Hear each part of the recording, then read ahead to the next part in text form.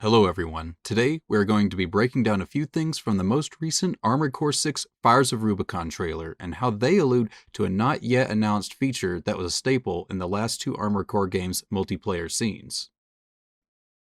First, I want to say this is the thing that has me the most hyped and yet has one of the shortest time slots in the trailer and can easily be missed by people who did not play heavily into the multiplayer scene into the last two 5th generation Armored Core games that released about a decade ago.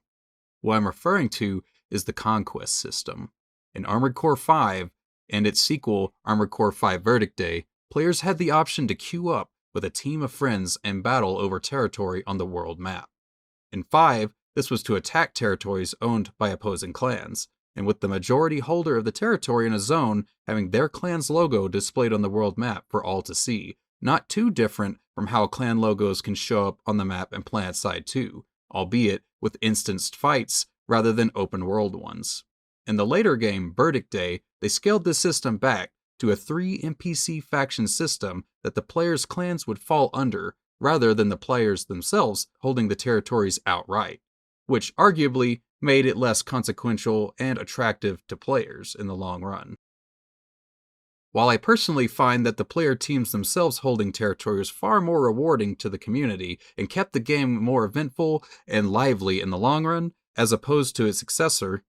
I am not sure if they would be going back to the first edition of this system due to how much they would likely have to beef the system up, however, to accommodate such a larger influx of players as opposed to what they were used to back in the day. Though I would be pleasantly surprised if they did, and would find it a more enjoyable option in the long term for PvP, as it would give groups a goal past simply getting their team to the triple S ranking that many clans aspired to early on in Verdict Day, but really had nothing else past that to strive for other than simply winning. Now that I've explained the feature itself, let's look back at what we can glean from the trailer that leads us to believe that the Conquest system as a game mode will be showing its face in Armored Core 6, at least in some fashion. We can see here a section of the trailer is showing what appears to be 4 mechs about to be deployed from one of the many transport helicopters. The reason why I argue that this is indicative of a larger game mode rather than just cinematic flair is that in the Conquest game modes, players would find themselves in a group of 5v5, with the 5th person being akin to a battlefield-style operator with a top-down view of the map that could scan enemies and provide tactical support via information on their enemy and their locations. This is not, however, just a tease of the standard team battle option that we may see in custom games, available in free battle lobbies and the like, as those accommodate varying sizes and balances of teams. They don't necessarily have to be equal sized, and I would also go on to argue that if it were something closer to these lobby-style battles, they would not go on to show them being a uniform mech style being dropped from a singular craft, almost as a nod that these people are more unified rather than a ragtag band of mercenaries who would have varying styles and loadouts and not necessarily be all being dropped from the same aircraft. Going on from here, we can see the other scene directly next to this scene, which almost seems like they're trying to tie them together, shows a base or otherwise installation that is under attack.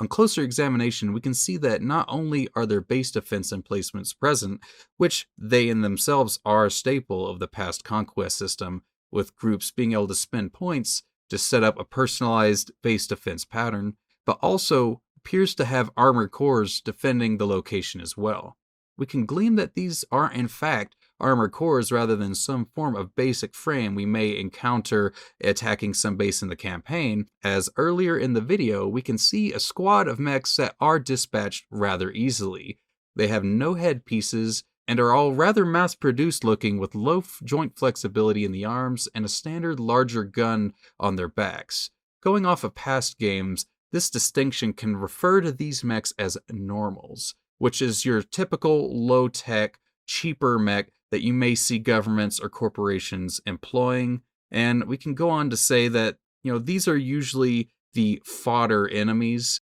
What we see in this siege does not appear to be fodder enemies. And in a campaign situation, very rarely, I would say, are you going to be fighting multiple mechs. You may find a few times where you fight 2 at a time, as we can see in this video. However, I would say that there's likely other mechs that are not in this specific scene, and you wouldn't be fighting up to 4 mechs simultaneously, as on harder difficulties that would become a little more unfeasible for a solo player.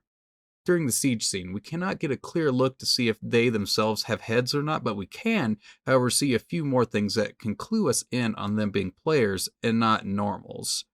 First off, we can see that they are more intricate, especially in the legs and the body. Far more beefier overall and fluid organic movements in the walking as opposed to the previous showing of the more jerky movements. We can also see that in addition to the weapons they're holding out front, they also have 2 separate, distinct weapons on their backs that can be swapped out with, which are different on both of the 2 mechs. Not only are the mechs larger, have fluid motions, and more diverse loadouts, we can safely say that these mechs are not normal types, but are instead full armored cores.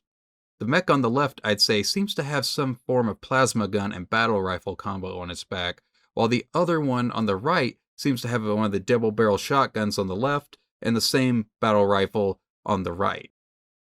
While some could potentially argue that this could be a nod to something that we would see in the storyline, I find that the amount of things that would have to be written off as coincidences far outweighs this when compared to their previous titles, as well as these systems being a fan favorite for many veteran teams as a means to have a randomized way of facing off against other near-peer teams outside of custom games.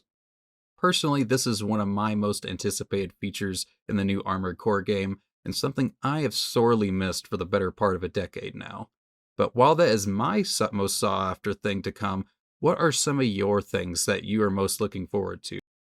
Is it the aspects of being able to build and personalize your very own machine of war? Or are you hoping for the more premium campaign experience that the 4th generation games brought to the table? Let me know in the comments below. And before we go, I want to piggyback off of the topic we discussed today with a team-based PvP system. While the last games had an in-game limit to the size of 20 members per team, regardless of how large it is in this game, with the power of Discord on our side, we can easily get around this for much larger communities overall. If you or your group of friends would like to help build something larger and greater together, please consider joining our Discord in the link below.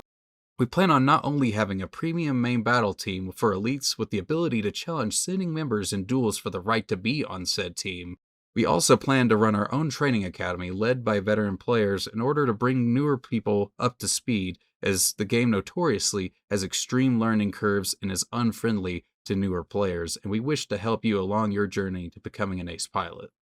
Whether you aim to be a super sweaty Armored Core pilot who wreaks havoc on the battlefield, or simply wishes to be a more casual player and partake in community events with like-minded people, we have a home here for you in Armored Core. And with that, if you wish to stay up to date on all things Armored Core 6, whether it be PvP montages, lore and mechanics videos, or build and emblem tutorials, make sure to click that subscribe button and then click the real subscribe button so you can stay up to date on all facets of the Armored Core experience.